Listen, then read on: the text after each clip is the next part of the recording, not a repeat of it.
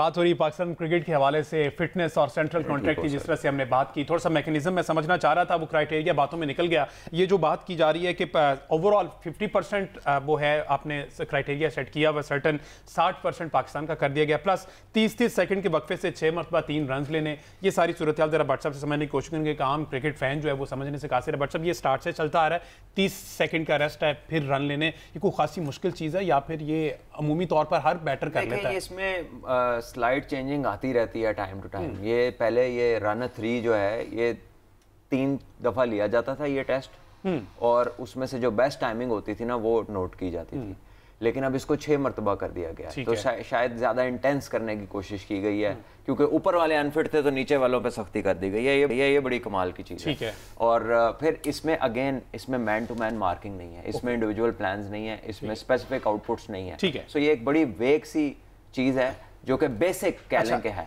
Being a cricket fan ये भी जानना चाहूंगा, योयो टेस्ट एक हुआ करता था उसमें और इस ओवरऑल ये जो टेस्टिंग का सिस्टम है इसमें क्या फर्क हो? देखिए, योयो टेस्ट एक ऐसा टेस्ट है कि जो विकेट के वाय में क्रीज टू क्रीज बैट्समैन को भगाया जाता है। आप 2 रन लेते हैं, फिर आप 10 सेकंड के बाद अगला 2 स्कोर लेते हैं। और ये आप इसके लेवल्स होते हैं, और हर लेवल में पहले लेवल में 2 शटलें हैं, फिर 3 है, फिर 5 है, फिर 7 है, फिर हर लेवल की 8-8 शटलें हैं। और इसमें पाकिस्तान का जो पहला पासिंग बेंचमार्क था वो 17.1 लेवल्स था, उसके बाद 18.4 हो गया।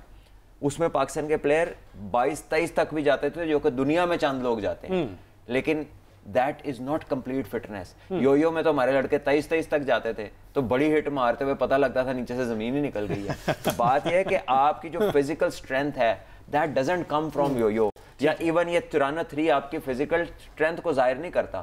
फिजिकल स्ट्रेंथ को रेजिस्टेंस ट्रेनिंग के टेस्ट जाहिर करते हैं। ठीक है, तो ये वाली वो चीज़ें हैं कि जो इसमें ये एक बड़ा जेनेरिक सी चीज़ है, and I don't know how this is designed. आप अभी तक दुनिया के साथ नहीं मिले जाके कि जहाँ पे रोल डिफाइंड आप टेस्टिंग करें, और फिर आपने ये पहले बताया भी नहीं लड़कों को। बिल्कुल, वो फैसिलिटेटेड भी नहीं है, ना उनके पास जिम फैसिलिटीज है, ना उनके पास खुराकें हैं। चलें, लेट्स सी इस पे क्या बनता है और इस पे इंप्लीमेंट हो भी पाता है या नहीं पाता है। सही साहब, 60 खिलाड़ियों ने अप्लाई किया बिग बैश के लिए। हाउस ऑफ हारिस के नाम से एक प्रॉपर एक सर्टन जगह बना दी गई। हारिस रऊफ जो पहले 1-2 सीजन बड़ा अच्छा रहे, उनको भी बुला दिया गया। क्या वजह, कोई रीजन सामने आई है ऑस्ट्रेलियन क्रिकेट की जानिब से? देखें, 69 प्लेयर्स ने अप्लाई किया था पाकिस्तान जानिब से, सिर्फ एक उसामा मीर सेलेक्ट हुए हैं। उसकी वजह यह है कि कुछ प्लेयर्स जो है उनको पीसीबी ने अभी तक एनओसी जारी नहीं किए। क्योंकि पीसीबी ने जो क्लॉज लगाई थी कि 2 लीग्स खेलने की इजाजत होगी, कुछ प्लेयर्स उसको पूरा कर चुके हैं, तो अब जाहिर है कि उनको तीसरे का एनओसी जो है वो नहीं मिलेगा। इसमें एक इंपॉर्टेंट बात यह है कि देखें, जब आपकी क्रिकेट टीम, जब आपकी नेशनल टीम परफॉर्म ना कर रही हो, तो उसका असर जाहिर है इन चीज़ों के ऊपर भी पड़ता है कि पाकिस्तान के क्रिकेटर्स का जो मेयार है वो चूँकि गिर रहा है, तो ये जाहिर है कि इंटरनेशनल जो लीग्स हैं वो जब इतने लक्रेटिव डील प्लेयर्स को देंगी तो वो उस मेयार के मुताबिक देखेंगे कि ये किस कंट्री का है या किस उनकी जो नेशनल टीम है वो किस तरह से परफॉर्म कर रही है। तो इस नेशनल टीम की परफॉर्मेंस का भी असर जो है वो इसके ऊपर पड़ेगा। देखिए, अवेलेबिलिटी बहुत बड़ा फैक्टर है। आपने 100 में से अभी पुल आउट किए अपने प्लेयर्स, जिसपे मोइन अली का बयान भी आया था शायद नसीम शाह को लेकर। तो ये आपस में इंटरलिंक्ड होती हैं ये चीज़ें, तो लोग नोट कर रहे होते हैं कि आपका तो कोई पता ही नहीं है आप कब भेजोगे, कब निकालोगे, कब ना कर दोगे, तो उनकी टीम का बैलेंस डिस्टर्ब हो जाता है। फिर फौरी तौर पर रिप्लेसमेंट्स नहीं मिलती क्योंकि सब पिक कर लेते हैं। सो आई थिंक क्योंकि ये पाकिस्तान की जो पॉलिसी है ये बड़ी वेग है, कभी भी बुला लेना, कभी भी भेज देना, आपके पास मार्किंग्स है ही नहीं। तो फिर ऐसे में ये होता है कि फिर टीम्स डू नॉट ट्रस्ट कि यार ये अवेलेबिलिटी भी होगी कि नहीं इस प्लेयर की, तो फिर वो चांस नहीं लेते। क्योंकि उसने 100 में कहा था कि नसीम के जाने से हमारा सारा बैलेंस खराब हो गया। ठीक है, मेजर रीजन आपको ये नजर आ रहा है या फिर जो पाकिस्तान क्रिकेटर्स का डिक्लाइन है परफॉर्मेंस पेस? देखिए, दोनों रीजन है, लेकिन ये मेजर रीजन ये है इसमें कि आपकी अवेलेबिलिटीज का कोई पता नहीं। अभी देखें ना, पहले सीपीएल की एनओसीज जारी की और अभी पता लग रहा है कि उधर से भी 2 बंदों को कह रहे हैं कि जी आप वापस आए, आपकी नो मोर, आपकी बार हो गई है एनओसी। सो ऐसे डिसीजन जब आप लेते हैं तो फिर मुश्किलात होती हैं उन टीमों को जिन्होंने इन प्लेयर्स को खास रोल्स के लिए पिक किया होता है। और इसका लॉन्ग टर्म वैसे नुकसान भी होता है। अगर सेंट्रल कॉन्ट्रैक्ट में ये शिक शामिल कर दी गई 2 की, तो उसके बारे में भी क्लियर नहीं है। और ये 2 आप समझते हैं मेरिट पर ठीक है कि 2 आसान करे जिंदगी अपने लिए भी और प्लेयर्स के लिए भी, कि आप 5 फर्स्ट क्लास के मैचेस के साथ एनओसीज को मशरूत कर दें, ठीक है, और आप वहां पर भेजें जहां पे क्रिकेट और क्रिकेटर को फायदा है, गेम वाइज भी और उसको फाइनेंशियली भी फायदा है। ठीक है, और अगर आप प्लेयर इस्तेमाल नहीं कर रहे तो चाहे वो 4 लीगें खेले, और अगर आप प्लेयर यूज कर रहे हैं तो चाहे एक में भी ना जाने दें, लेकिन आप पिक एंड चूज वो करें ना। ये कौन सी बात हुई कि 2 से ज्यादा कोई नहीं खेल सकता? ये कौन है ये डिसाइड करने वाला? ठीक है, ये सारा पाकिस्तान 11 में प्लेइंग 11 में या 15 स्क्वाड में होगा कि सबके ऊपर एक ही रूल लागू कर दिया जाए? बिल्कुल नहीं। So this is not well thought about.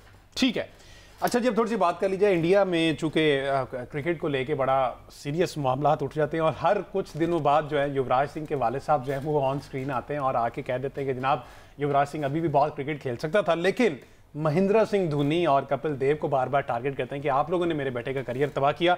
अब ऐसे अगर व्हाट्सएप बात की जाए 2011 तक का तो मुझे भी याद है युवराज सिंह, और उससे पहले ब्रॉड को छक्के जो हैं वो भी मुझे थोड़े बहुत याद हैं। मेरिट पर अच्छा प्लेयर था युवराज सिंह, समझते ज्यादती हुई है या जिस तरह से वो ब्लेम करते हैं महेंद्र सिंह धोनी को, पूरी इंडियन टीम और उसको बड़ा सराहती, लेकिन अकेले वो वाहिद ये है जो कहते हैं कि धोनी ने मेरे बेटे का करियर खराब किया।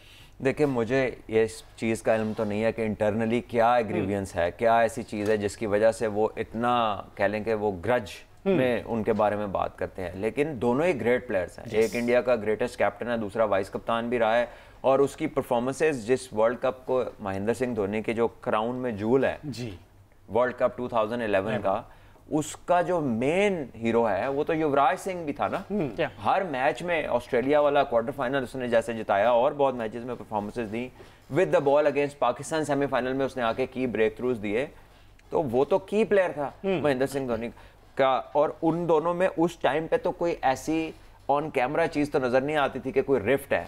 तो अब ये बात कहाँ से शुरू होती है कहाँ को जाती है इसका मैं कुछ कह नहीं सकता, लेकिन यह है कि बहुत ओपनली वो क्रिटिसाइज करते हैं। असल में उनके जो वाले साहब हैं उनका कहना ये है कि मेरे बेटे ने चूंकि कैंसर के साथ क्रिकेट खेली है और 2011 का जो वर्ल्ड कप था उसमें Yuvraj Singh man of the tournament भी हुए थे, तो उन्होंने कहा है कि जो भारत की हुकूमत है उसको इसको रिकग्नाइज करना चाहिए और इनको एक तो हुकूमती अवार्ड दें, भारत रत्न अवार्ड दें। दूसरा ये है कि जो बीमारी के बाद जब युवराज सिंह आए थे तो उसमें कुछ अर्सा जो है वो MS धोनी ने उनके साथ कुछ ज्यादती की थी, उनको टीम में नहीं लाए थे, और जिसके बाद कुछ अरसे बाद जाके फिर उन्होंने 2017 की चैंपियंस ट्रॉफी में आपको याद है कि शादाब खान की जो विकेट ली थी युवराज सिंह की, उसमें भी वो उस टीम का हिस्सा थे इंडिया की। लेकिन उसके बाद वो कहते हैं कि जिस तरह से उनको चांस मिलना चाहिए था कंसिस्टेंट टीम के अंदर युवराज सिंह को, वो उस तरह से नहीं मिला, जिसका कसूर जो है वो MS धोनी के ऊपर है। इसके अगेंस्ट जो है वो युवराज सिंह ने भी एक बड़ा दिलचस्प बयान दिया। उन्होंने कहा कि मेरे वाले साहब जो हैं वो जहनी दबाव का शिकार हैं और मैंने कई बार ये बात समझा चुका हूँ, तो इनकी बातों को लेकिन चीज़ नोट की है कि धोनी की तरफ से कभी कोई जवाब मिस्टर कूल नहीं कभी भी, और कभी उनके पास नहीं है कोई एजेंडा ड्रिवन फोर्स, कोई 4-5 शॉपर, कोई जो है सोशल मीडिया की टीम। फिर सेकेंडली इसमें देखें अगर वो धोनी जो है वो युवराज सिंह के ऊपर ही रिलाय कर रहे होते तो 2011 के वर्ल्ड कप के बाद भी वो ट्रॉफीज जीते हैं। 2013 में चैंपियंस ट्रॉफी जीते इंग्लैंड में जाके, उसमें अगर वो टीम का हिस्सा नहीं था युवराज सिंह तो ट्रॉफी तो फिर भी जीत गए। तो MS धोनी जो है वो तमाम ICC ट्रॉफीज एज कैप्टन जीत चुके हैं, और अगर वो सोनली युवराज सिंह के ऊपर ही रिलाय कर रहे हैं तो मेरा ख्याल है कि फिर परफॉर्मेंस पर तो हम नहीं कह सकते। पहले मैंने स्टेटमेंट सुनी थी गौहीर और वरिंदर सहवाग की, उन पर इतना बात नहीं था, लेकिन अभी भट्ट साहब ने कहा कि एक बड़ा खिलाड़ी था, उसकी बड़ी कंट्रीब्यूशन है इंडियन क्रिकेट के लिए, तो आप बाकी पता चलता है कि ऑन पेपर और ऑन फील्ड देखिए अगर उनको अवार्ड दे दे तो कोई बड़ी बात नहीं।